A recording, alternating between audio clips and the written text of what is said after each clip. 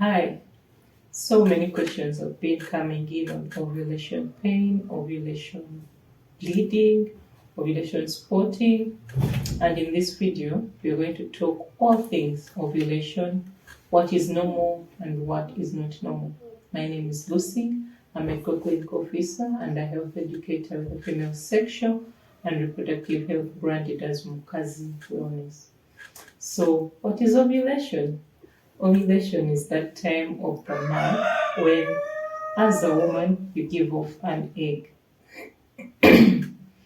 It is estimated to be on the 14th day, but this is not the ideal for everyone because we all have different length of cycles.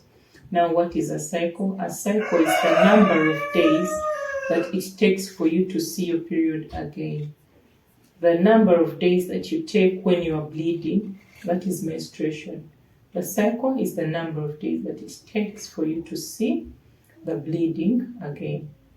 For some people, it's 25. For some people, it's 24. Some it's 28. Some it's 30 to 35.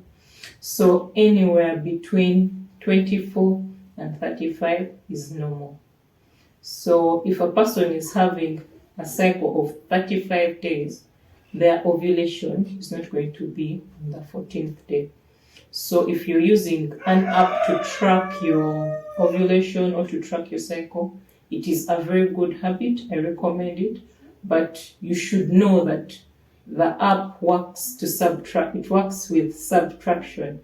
So it will subtract off 14 days from when you log in your period, and it's going to be your predicted day of ovulation, which is not true.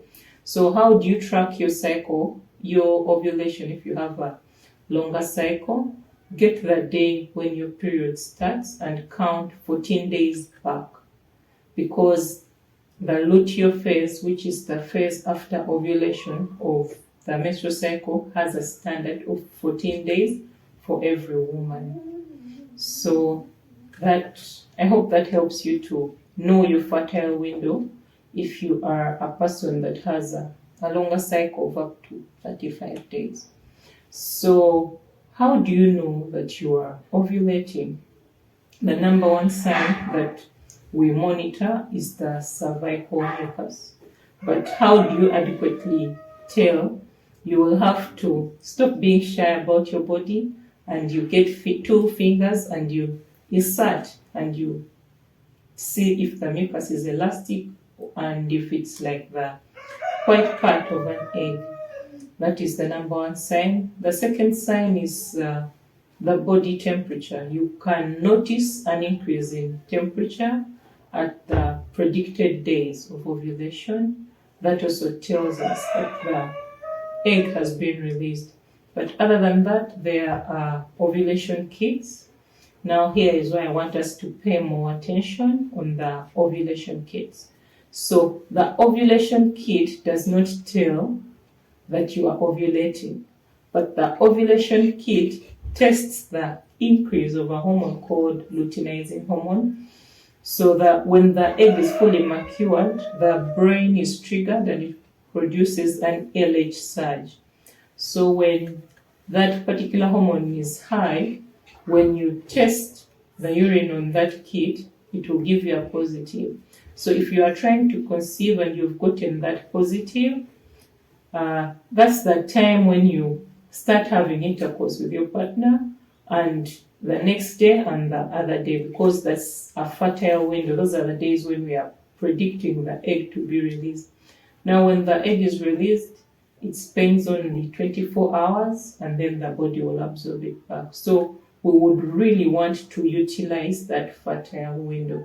A little sneak into the male side. It is recommended that the man that you're considering to conceive with abstains for only 3 days, because unlike the women, the semen in men is produced every 3 days. So when you abstain for like a week, you're going to give off semen that has debris, that has dead semen, and it will not swim faster to meet the egg.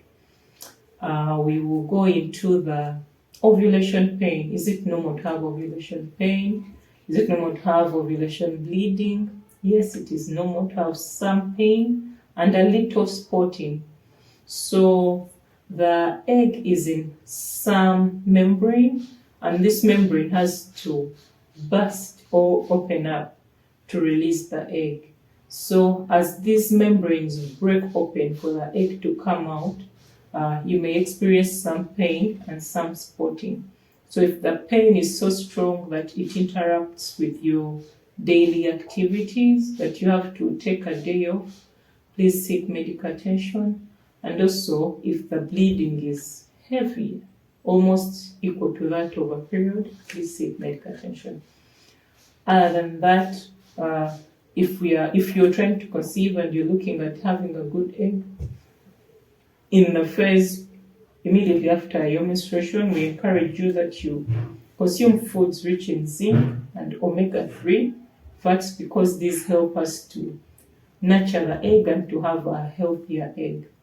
That, alongside the normal lifestyle habits that we have been talking about, eating enough protein, reducing stress, exercising, will help you to have a healthy egg and hopefully to conceive.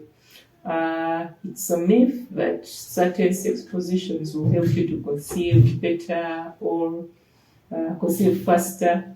The sperm, as immediately it's released, it swims and it makes the egg. I hope this helps you, and I love you. Bye.